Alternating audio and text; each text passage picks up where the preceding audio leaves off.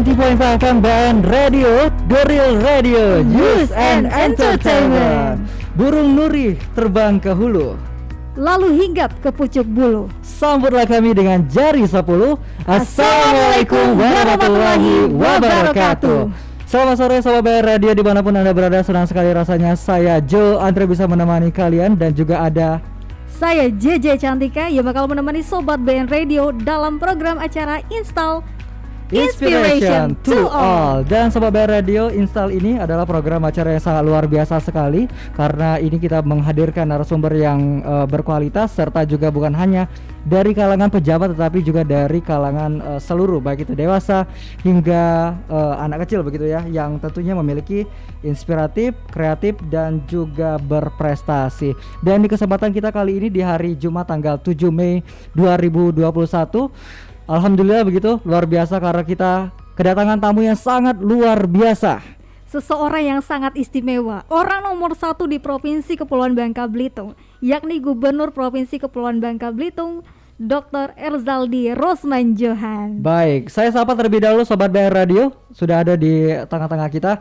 Assalamualaikum warahmatullahi wabarakatuh. Apa kabar Pak Gubernur? Waalaikumsalam warahmatullahi wabarakatuh. Baik, ya. Alhamdulillah. Alhamdulillah sehat ya Pak. Ya. Puasa Pak ya hingga saat ini? Insyaallah. Alhamdulillah. Bagaimana kabar keluarganya Pak? Alhamdulillah sehat dan terus jaga kesehatan untuk kita semua. Baik. Karena sehat itu mahal, dan sebagaimana kita ketahui sekarang corona tetap terus mengancam kita.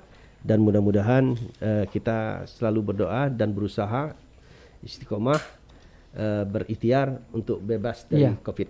Baik, saya mengucapkan, kami dari keluarga besar BN Radio tentunya mengucapkan terima kasih banyak Pak Erzaldi sudah hadir ke studio BN Radio. Dan tadi saya sempat berbincang-bincang dengan teman-teman kita yang ada di ini yang sudah hadir di sini, bahwasanya sebelum datang ke BN Radio, Bapak juga mengunjungi ya beberapa masjid ya, tuh masjid. Mungkin Bapak bisa jelaskan hal apa saja yang mungkin bisa dilakukan selama bulan suci Ramadan ini Pak? Ya, seperti biasa kalau Jumat ini kita memang ada acara safari Ramadan. Ya. Tadi sekaligus saya juga menjadi khotib. Dan seperti biasa juga hari-hari biasa tanpa kendor kita selalu bersilaturahmi. Sekaligus dalam silaturahmi ini kita mensosialisasikan kepada masyarakat kita betapa pentingnya untuk menjalankan protokol kesehatan COVID-19 ini. Jangan dianggap enteng, seperti memakai masker, jaga jarak, dan cuci tangan yang lebih sering lagi. Karena kita yakin dengan menjalankan prokes ini insya Allah kita terhindar dari COVID. Ya. Kalau safari Ramadan ini sebenarnya memang dikhususkan di hari Jumat saja atau memang ini sudah menjadi agenda tahunan Pak? Memang dari dulu kita safari Ramadan terus keliling. Ya. Kalau enggak puasa biasanya kita dari subuh terus berkunjung ke desa-desa dengan bersepeda atau motor. Ya. Tergantung situasi kondisi, dan kondisi ya, lapangan. Terus kita sholat Jumat, terus kita mengunjungi pesantren juga, dan atau kebun masyarakat, berdialog secara langsung dengan masyarakat. Biasa itu yang kita lakukan. Yeah.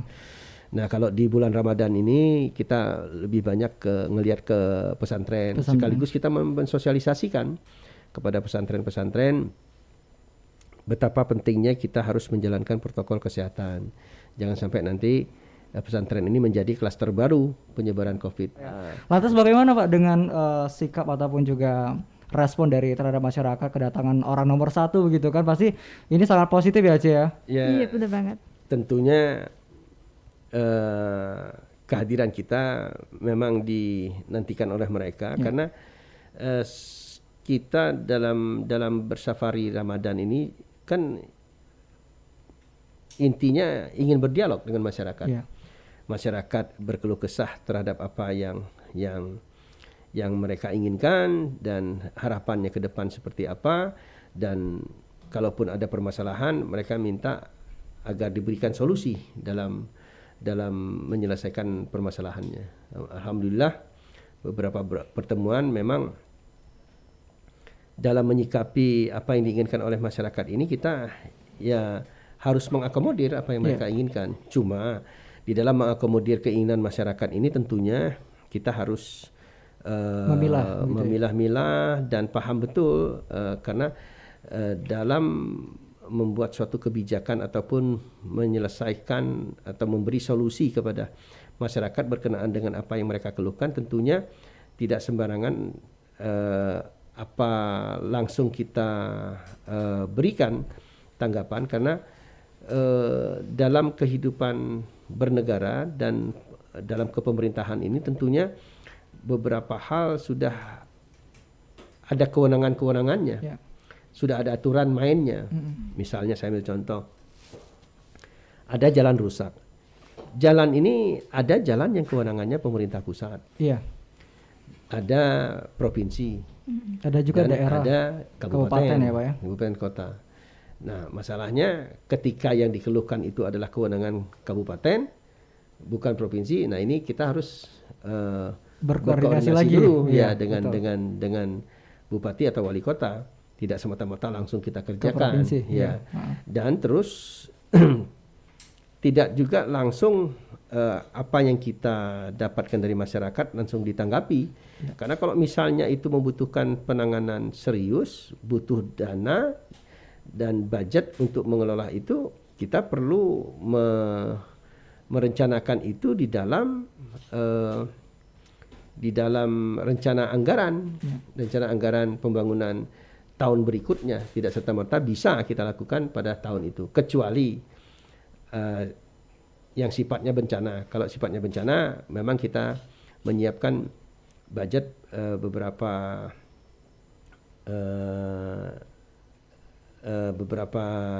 rupiah untuk memang kita persiapkan dalam rangka penanggulangan bencana.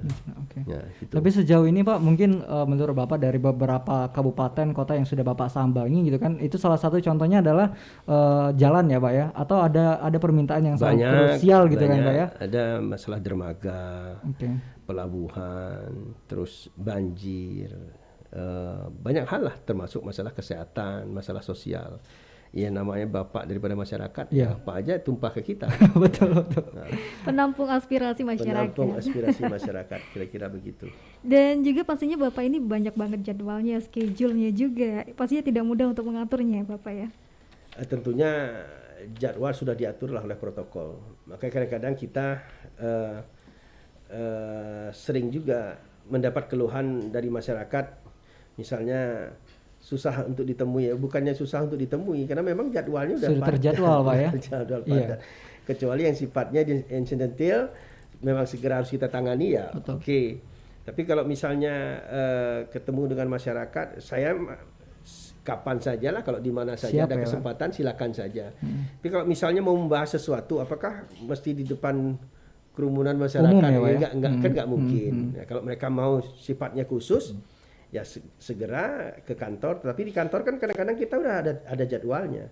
Nah, maka kadang-kadang kita harus memberi pengertian kepada masyarakat bahwa silakan aja ketemu, yang penting diatur jadwalnya, sehingga kalau sudah jadwalnya diatur, hasilnya pun akan optimal.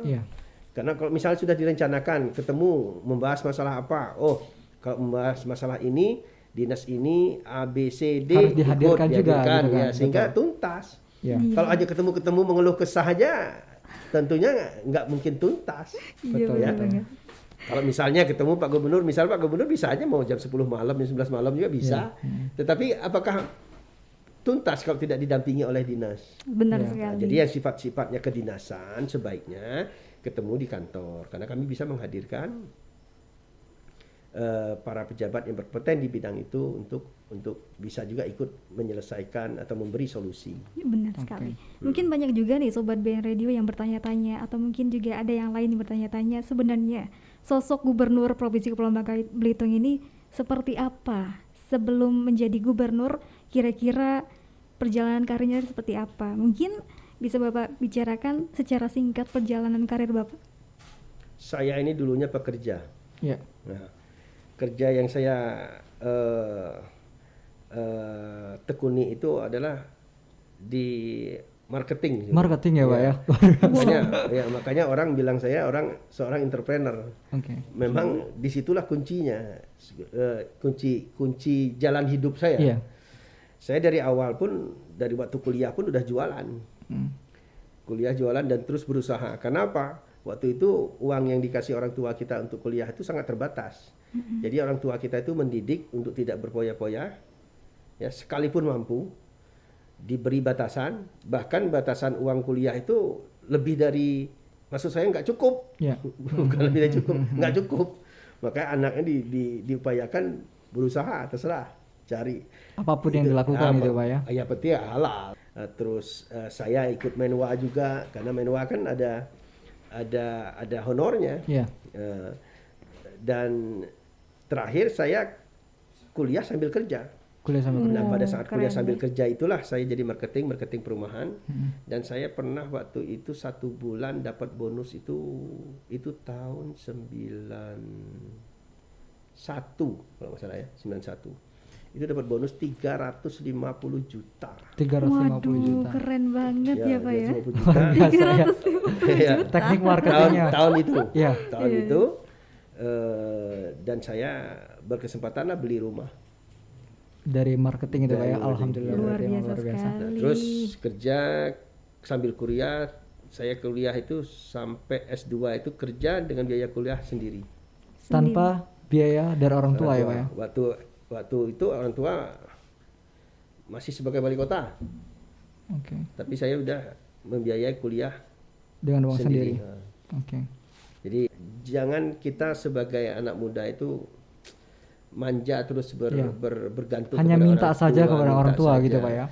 Nanti ujung-ujungnya sampai merit pun minta sama orang tua biaya meritnya. Jadi akhirnya tidak mandiri gitu. Tidak mandiri. Sampai sekarang. Nah nanti kalau dari ujung ke ujung nggak mandiri, udah dapat anak pun nanti anaknya disuruh kakek neneknya untuk mendidik. Coba aja kalau nggak percaya. Iya betul Pak. Makanya anak zaman sekarang juga harus mengikuti juga seperti itu ya. Kalau kita harus seperti itu ya Joy ya. Dan tapi kita bakal melanjutkan lagi bincang-bincang kita bersama Bapak Gubernur Elzaldi Rosmanjohan dalam sesi kedua, dan kita bakal mengobrol soal larangan mudik dan juga terkait dengan pariwisata, ekonomi dan juga COVID-19. Jadi jangan kemana-mana, keep stay tune di 90.5 FM BN Radio, The Real Radio, News and Entertainment. By 19.5 FM BN Radio, The Real Radio, News and Entertainment. Balik lagi bersama saya Joe Andre dan saya JJ Cantika. Ya, di program acara Install Inspiration to All, dan di kesempatan pada hari Jumat ini yang luar biasa begitu kan, di bulan Ramadan kita kedatangan tamu dari Gubernur Provinsi Kepulauan Bangka Belitung. Dan tadi JJ sudah menjelaskan kepada Sobat BN Radio, di segmen kedua ini kita akan membahas tentang terkait dengan larangan mudik ya. Dan seperti yang kita ketahui bahwasanya pemerintah terus mencegah penyebaran COVID-19, dan ini untuk kedua kalinya ya, tahun kedua, dan pemerintah juga sudah melakukan larangan mudik dan telah efektif dari kemarin tanggal 6 Mei hingga tanggal 17. Dan ini Sobat BN Radio berlaku pada semua moda transportasi, baik itu dari laut, udara maupun juga darat. Dan masyarakat juga dilarang untuk meninggalkan daerah domisili kecuali dengan alasan mendesak. Nah, lantas bagaimana yang terjadi di lapangan begitu kan?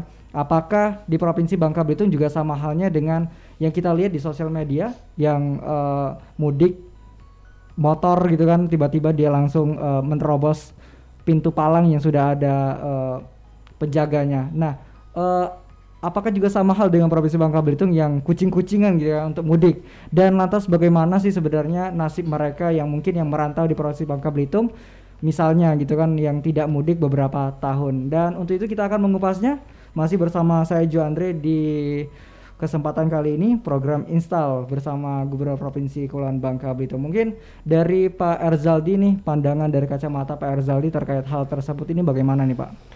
Ya, ini kita harus menyadari dan terus bersikap ya, bagaimana kita menangani pandemi COVID-19 ini dengan berbagai strategi.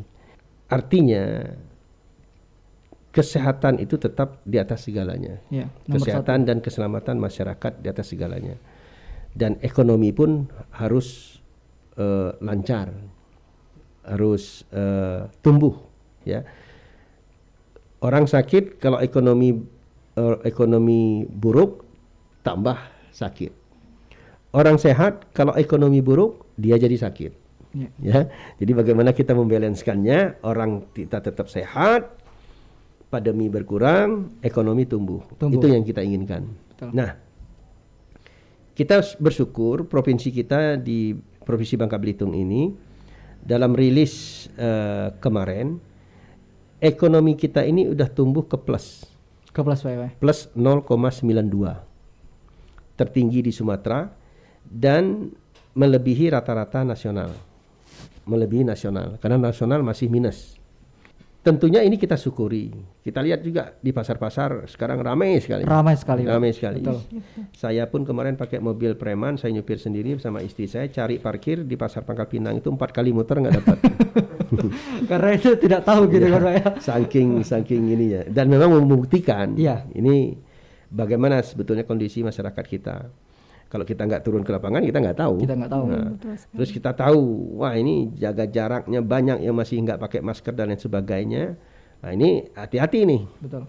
Karena kalau ketika ekonomi kita sudah tumbuh, tapi dibarengi dengan yang terpapar COVID-nya naik juga, ya ini loss juga kita.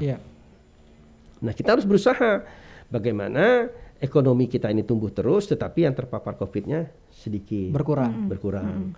Nah, jadi ini yang sebetulnya yang kita harapkan. Nah, ke depan ini kita sudah bersikap. Kemarin juga kita sudah rapat dengan Forkopimda, diperluas, ada Rektor UBB, ada MUI, ada dari NU, dari Muhammadiyah, dari lembaga adat, dari LDII, semua banyak tokoh-tokoh masyarakat kita ajak berkumpul untuk berdiskusi, termasuk dengan Ketua DPRD. Kita berdiskusi, kita menyepakati membuat kebijakan. Yang pertama adalah masyarakat kita ini harus betul-betul menjalankan prokes kesehatan dengan penuh disiplin. Kita sedang merubah Perda nomor 10 agar memberikan sanksi yang cukup berat kepada masyarakat yang membandel. Karena sulit ditemukan masyarakat kalau dalam Perda yang lama itu harus diingatkan dulu. Kalau mau diingatkan dulu, ketemu kedua kali baru dia kena sanksi. Kapan ketemunya? Ya kan? Tapi untuk daerah, untuk misalnya kafe, warung dan lain sebagainya, kita bisa melakukan sanksi.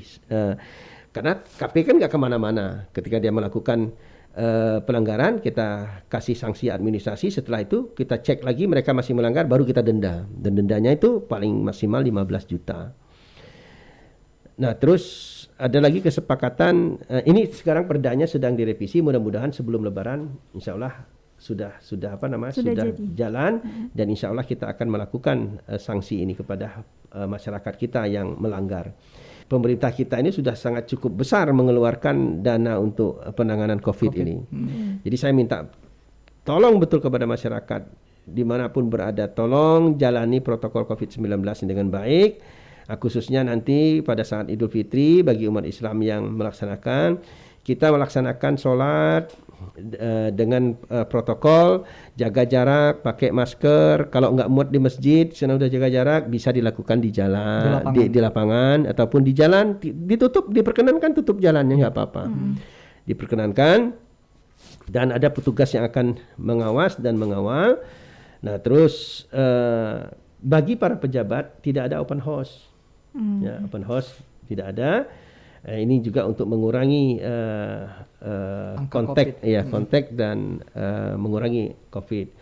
Nah, untuk kafe-kafe, restoran dan sebagainya, tempat wisata itu harus mengurangi jumlah pengunjungnya sampai ke 50%. Artinya kalau sudah terlalu padat sekali, kita akan tutup. Ya, orang nggak boleh masuk lagi kecuali ada yang keluar. Begitu juga dengan kafe. Kafe akan dilakukan jamnya hanya sampai jam 10. Termasuk acara-acara yang lainnya. Live musik dan segala macam. Dan tidak ada mudik. Ke Bangka tidak boleh ke Belitung, dari Belitung tidak boleh ke Bangka. Kira-kira misalnya ada jalur-jalur tikus di Bangka dan Belitung juga? Ada, kita sudah mendeteksi itu dan sudah kita evaluasi dari kejadian yang tahun kemarin. Bersama Pak Dan Lanal nih, yang Pak Dan Lanal, Pak Dudik yang bersama Pol Air yang tahu betul jalur tikus ini. Kurang lebih ada sekitar 30 titik. 30 titik jalur tikus. Iya, jalur tikus. Wow, boleh Kasih tahu apa aja titik 3 titik Oh sebut. banyak itu, Sadai, Permis, Tempilang, Mentok itu pun mungkin di Mentok itu ada 5. 5. Iya. Banyak itu.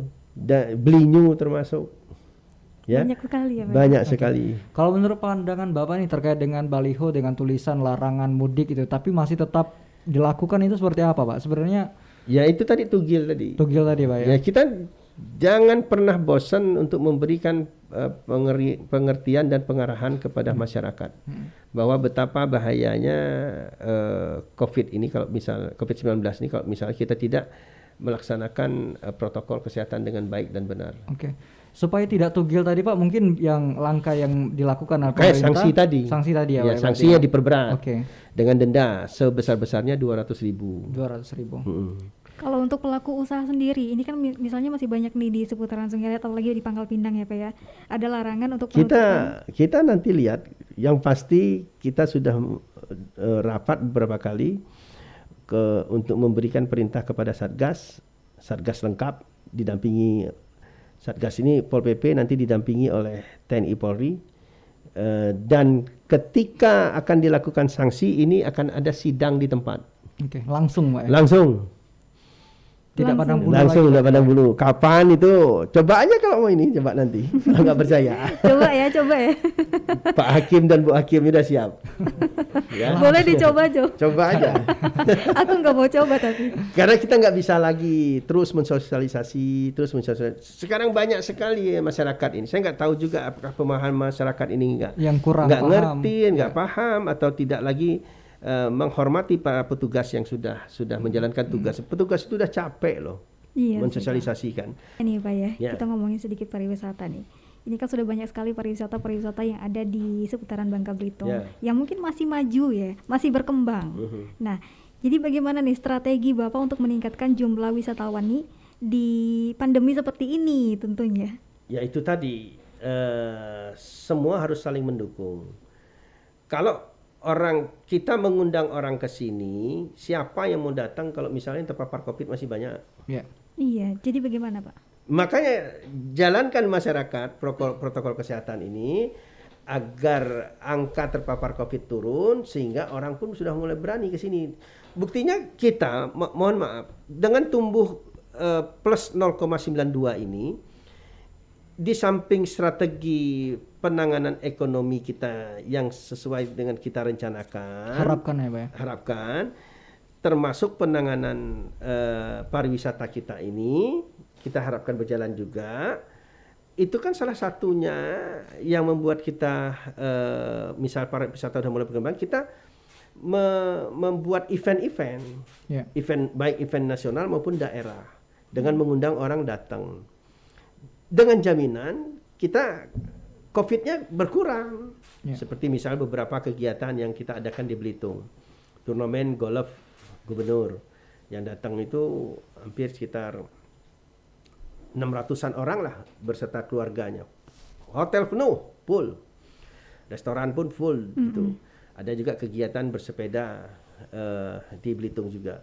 Nah ini ke depan habis Lebaran ini banyak beberapa event yang baik di Bangka maupun di Belitung. Nah, kita terus berupaya untuk meramaikan pariwisata kita melalui event-event ini. Tetapi kalau misalnya diiringi dengan peningkatan COVID-19 di daerah kita, orang kan mikir-mikir juga mau ke sini. Mau promosi bagaimanapun juga nggak mau orang datang nanti. Nah makanya kesadaran masyarakat kita harus kita tingkatkan. Kita jangan ada kata lelah. Karena memang tugas kita ini belum selesai.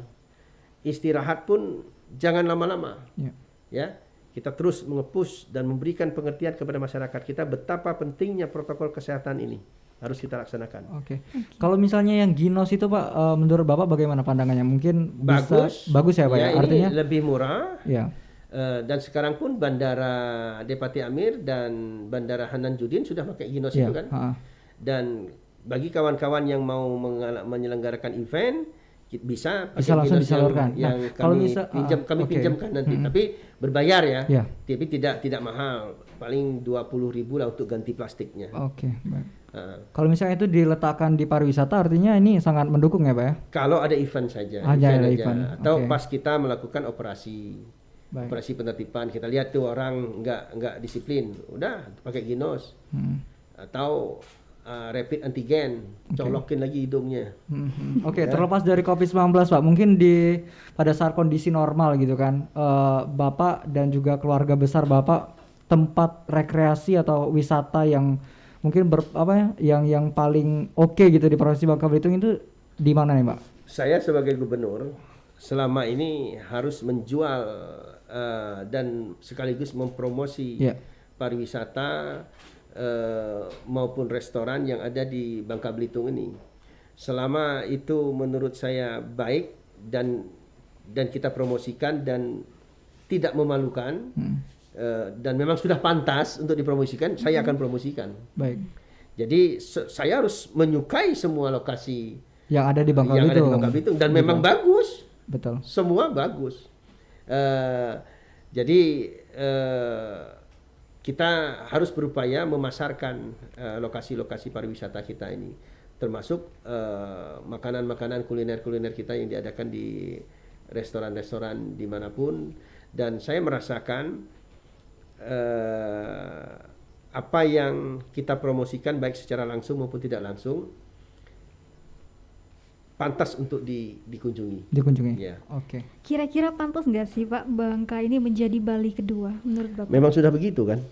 Memang sudah begitu. Sudah harus begitu. Harus begitu. Kira-kira langkah apa nih yang pengen? Ini kan kayaknya di tinggal masyarakat kita bawa ke arah itu untuk terbiasa menerima para wisatawan dengan baik, dengan sopan santun, terus jaga kebersihan dan sikap kita terutama untuk menerima tamu itu harus dikedepankan. Orang akan merasa senang berkunjung ke daerah kita ketika orang merasa aman, nyaman, dan diterima dengan baik. Sebenarnya bukan hanya dari peran pemerintah juga, tetapi juga seluruh masyarakat ya Pak ya. Berbondong-bondong. Sebesar-besarnya promosi yang kita lakukan, kalau masyarakatnya tidak mendukung dan tidak bersikap, percuma juga. Betul Pak. Jadi kita sebagai anak muda ya harus terus mendukung ya program pemerintah. Dan Sobat BN Radio nanti kita masih bakal melanjutkan lagi perbincangan kita bersama narasumber kita, orang terhormat, orang nomor 1 di Bangka Belitung, Gubernur Erzaldi Rosman dalam program acara Install Inspiration to All. Bersama kami di 90.5 FM BN Radio, The Real Radio, News and Entertainment. Bersama saya JJ Cantika dan Joe Andre masih bersama kita di sini. Ada Gubernur Provinsi Kepulauan Bangka Belitung. Tadi kita udah panjang lebar ya berbicara mengenai safari Ramadan, kemudian juga terkait dengan larangan mudik.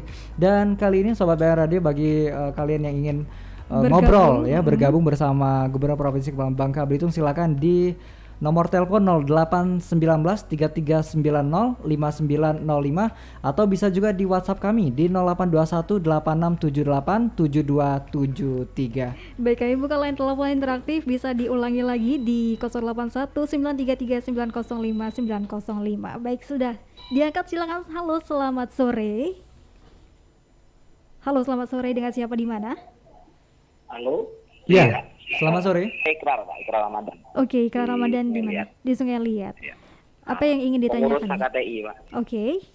Oke, apa yang pengen ditanyakan nih? Sebelumnya saya mewakili ketua saya, Pak Indra Apuk, yang pengen sebenarnya memang bertanya ke Pak Gubernur ya. Nah, cuman beliau lagi berhalangan hadir karena ada rapat. Nah, jadi saya mewakili, Pak. Halo, Pak Gubernur, gini Pak. Ya. Kami di pengurusan HKTI ini kan belakangan ini juga terus membina petani yang ada di Bangka, Pak. Nah, itu kami fokusnya salah satunya di komoditi jahe gitu, Pak. Nah, habis itu kami juga turut menyoroti beberapa waktu terakhir kabar gembira kita, perekonomian di sektor agri ini terus meningkat begitu, Pak. Semisal belakangan waktu itu harga kelapa sawit kita juga turun naik, Pak, gitu. Nah, selanjutnya yang ketiga, Pak, itu di sektor pertambakan, Pak, tambak udang.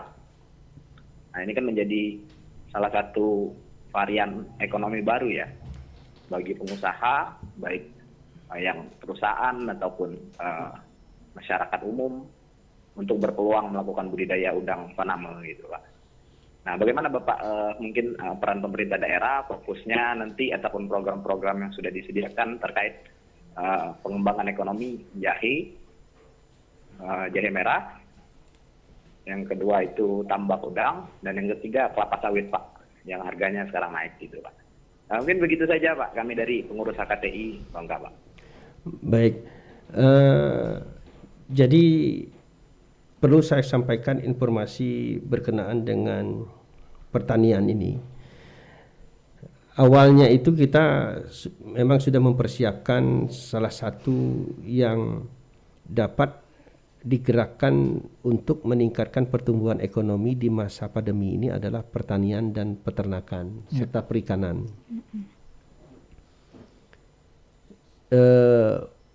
Yang ketika saat itu kita melihat bahwa tambang ini memang sudah harus kita transformasikan, ditambah lagi kondisi pertambangan di Bangka Belitung ini kan dengan berbagai aturan kemarin sempat terpuruk juga karena aturan dari pemerintah kemarin, sehingga orang menyebutnya ada monopoli pertambangan yang hanya bisa dilakukan oleh 5 perusahaan plus PT Timah. Tapi kami berupaya waktu itu, kami konsolidasi ke pusat dan akhirnya terjadilah relaksasi di bidang pertambangan ini, dan alhamdulillah terbukti sekarang waktu hanya beberapa perusahaan yang lalu harga timah di masyarakat hanya kurang lebih sekitar 140 ribu, sekarang udah 200-an lebih. Naik ya Pak ya? Naik sangat. Dan pada waktu itu harga timah dunia pun turun. Begitu relaksasi, harga timah dunia naik, harga timah di masyarakat pun naik. Alhamdulillah. Bersyukur Pak ya? Bersyukur kita. Tetapi di sektor pertanian memang kita sudah mempersiapkan bagaimana strateginya, bahwa kita harus meningkatkan nilai tukar petani atau NTP ini di Bangka Belitung ini harus naik. Dan ternyata alhamdulillah naiknya pun tertinggi se-Indonesia, yaitu angka kenaikannya itu 3,97. Wah, luar biasa sekali. Ini tertinggi yang pernah terjadi di Bangka Belitung. Di Bangka Belitung. Dan itu disambut tidak saja oleh sektor yang memang kita harapkan naik seperti lada, sawit dan karet. Kita memang sudah menjalankan strategi pengembangan kepada petani kita ini. Kita berharap petani kita ini tidak hanya mengandalkan satu komoditi. Jadi petani kita ini sekarang ini sudah mulai kita biasakan dengan menanam lebih dari 3 komoditi selama tanahnya ada. Kalau tanah tidak ada, bisa ditumpang sarikan, silakan. Nah, makanya ada 2 produk sekarang, 2 komoditi yang kita kembangkan untuk ditumpang sarikan, yaitu jahe merah dan porang. Dan kedua komoditi ini off-takernya sudah ada, off-taker itu pembelinya.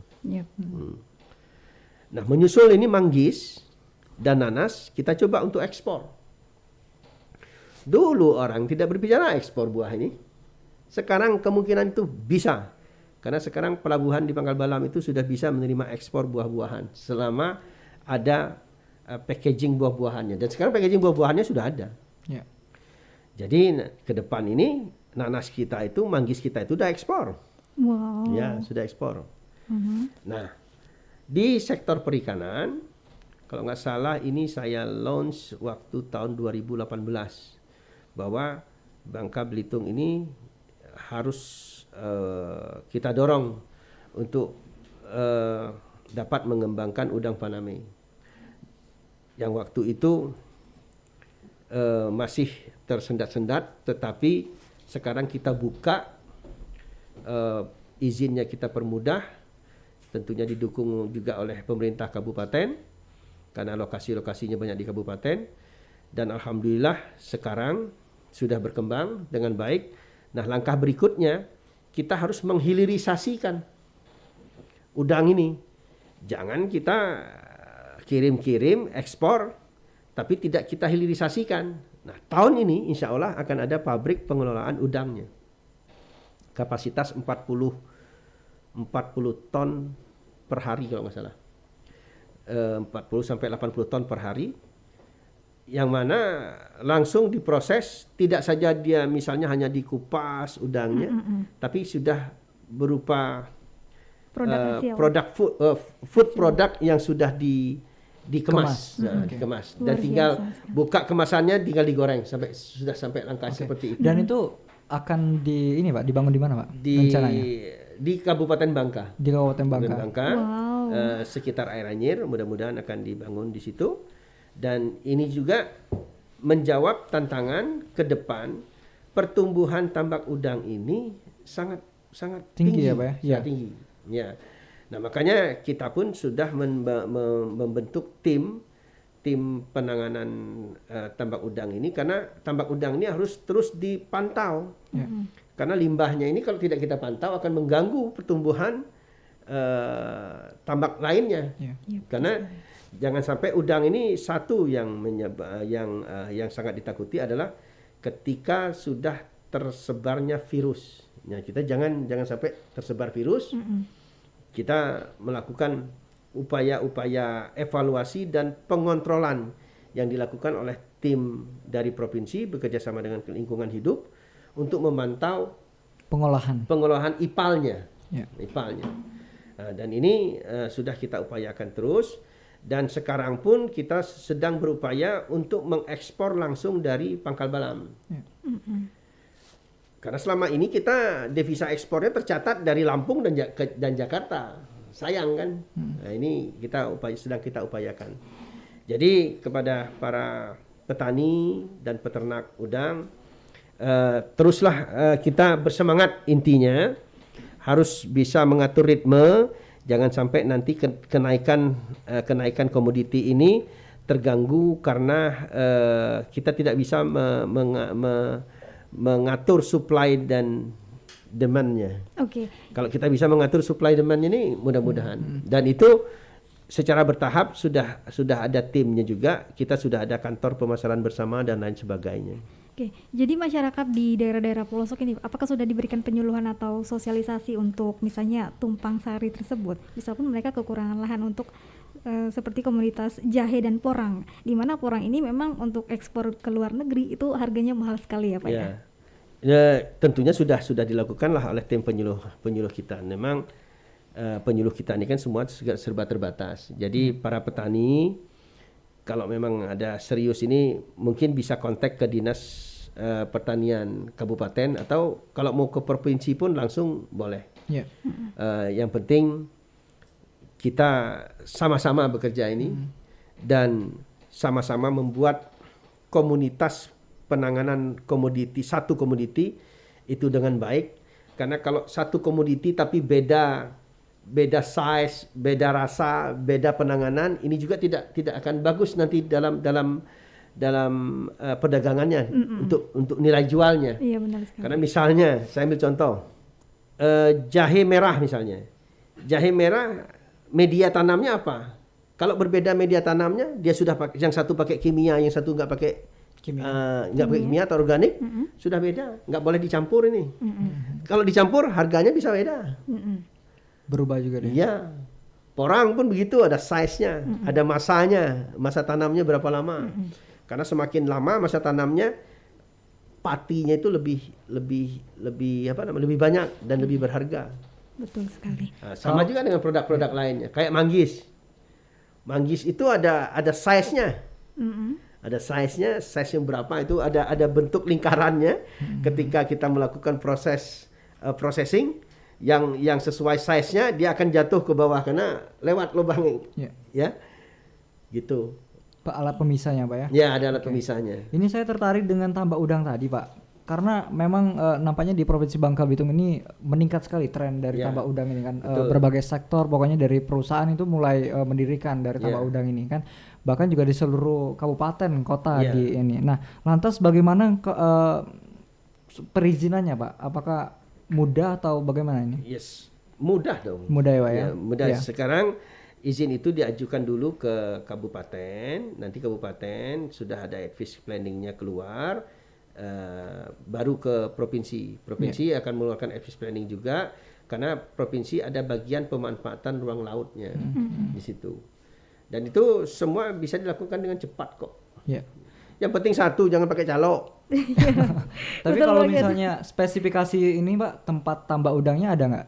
Mungkin agak jauh dari Untuk informasi itu tentunya kita serahkan kepada investor. investornya. Kalau mereka bertanya ke kita, ya kita jawab. Ya. Kadang-kadang kan investor ini tidak bertanya ke kita, tahu-tahu langsung membebaskan tanah. Nah itu Pak. Tiba-tiba tanah tersebut utang lindung lagi. Nah, susah. Nah itu yang kita nggak tahu. Dan Ya. utang lindung Ya. ini banyak, utang lindung pantai di Bangka Belitung ini banyak. Makanya harus hati-hati. Oke. Dalam Ya. sektor pertambangan ya Pak, berdasarkan Badan Pusat Statistik Provinsi Kepulauan Bangka Belitung, dia mencatat ekspor timah dan juga non timah pada Maret 2021 kemarin sebesar 175,52 juta dolar. Jadi dia naik 95,2% dibandingkan bulan yang sama di tahun 2020. Hasil pertanian ya. Ini Pak, non timah, ekspor timahnya. Ekspor timah. Oke, ya. ekspor timah. Bagaimana tanggapan Bapak terkait hal tersebut? Dalam era transformasi mining ke tourism, saya rasa ya pertambangan kan bukan lagi satu sektor yang sangat diandalkan oleh masyarakat. Tentunya ini kan sudah terbukti juga dengan nanti sudah hampir tidak terpaut lagi jauh sebetulnya PDRB dari tambang dengan pertanian, peternakan dengan tambang. Per sekarang sumbangan PDRB dari pertanian dan peternakan itu sudah 19,7%. Pertambangan 21%. Jadi kan terpaut sedikit lagi. Iya, sedikit sekali. Nah, makanya kalau dulu, tahun-tahun dulu, orang masih sangat terpengaruh kepada harga timah. Betul. Ketika harga timah turun, ekonomi lesu. Lesu. Iya, benar. Sekarang enggak lagi. Lesu lah dikit. Iya. Ya. Iya. Karena persentasenya itu sudah mulai hampir setara ya. Jadi banyak penggantinya sebetulnya, pariwisata, jasa, pertanian, peternakan dan perikanan. Nah, negeri kita ini kan sudah mulai mengarah ke situ. Oke, mungkin Sobat BR Radio yang mau bertanya lagi dengan Pak Gubernur, silakan di nomor telepon kami 0819 33905905 atau WhatsApp kami di 082186787273. Kami persilakan. Dan juga Sobat BN Radio, kami mempunyai sosial media, silakan nanti follow Instagram kami di BN TV Radio. Nanti usai jeda lagu yang satu ini kita akan balik lagi ya mengenai terkait dengan lonjakan ya keramaian khususnya di perbelanjaan. Oke, kita angkat dulu telepon kita yang kedua. Selamat sore. Halo, selamat sore. Dengan siapa di mana? Dengan Amel di Parit Padang. Iya, Amel di Parit Padang. Silakan Amel. Iya, mau nanya buat Pak Erzaldi. Kira-kira menurut Bapak pemuda-pemudi di Bangka itu udah maksimal belum dalam memajukan Bangka Belitung sendiri? Terus sama satu lagi, gimana cara Bapak membangkitkan kreativitas anak-anak muda yang ada di Bangka Belitung? Ya, baik. Terima kasih Amel dari Parit Padang. Mungkin dari Pak Gubernur. Iya, sama-sama. Ya, kalau ditanya sudah maksimal apa belum, saya harus jawab belum. Karena kalau kalian sudah merasakan maksimal, kalian tidak akan berbuat lagi. Betul, Pak. Jadi berbuatlah terus, kerja terus, kreatif terus. Yang penting positif, halal, kerjakan. Jadi Amel, jangan pernah merasa puas sudah melakukan sesuatu yang menurut kita sudah baik. Kerjalah terus, karena usia kita ini masih panjang. Kalau sudah selesai suatu pekerjaan, tantang lagi dengan pekerjaan lain. Apa yang menurut kalian bagus, baik, terus. Dan merasa tertantang itu adalah salah satu kunci kita untuk menjadi orang Sukses, yang ya? berhasil, orang yang sukses. Sebaliknya, kalau manja-manja terus, itu jarang sekali dapat maju. Iya. Karena tidak tertantang dia. Oke. Ya. Tapi nampaknya kalau kita lihat remaja di Provinsi Bangka Belitung ini mulai ini ya Pak ya, mulai kreatif gitu kan. Banyak juga orang yang membuat kreatif seperti membangun kafe gitu kan, ataupun juga dia kerajinan gitu kan. Saya lihat ada juga live musik gitu kan. Ya. Tentunya itu mesti dituntut juga di era sekarang, era milenial dan era generasi milenial dan generasi Z ini. Kunci keberhasilan itu adalah tingkat kreativitasnya. Semakin kreatif mereka, semakin bagus, semakin baik. Nah, tinggal kita bagaimana membuat para generasi kita ini menjadi generasi yang kreatif. Termasuk radio ini bagian daripada industri kreatif. Iya, Nah, sekali. bagaimana kru radio ini membuat industri kreatif radio ini menjadi industri yang lebih kreatif lagi. Jadi turunannya kan banyak. Entertainment, event dan lain sebagainya. Nah, kalianlah yang mengkreatifkan itu. Dan masanya sekarang memang industri itu yang berkembang. Gitu.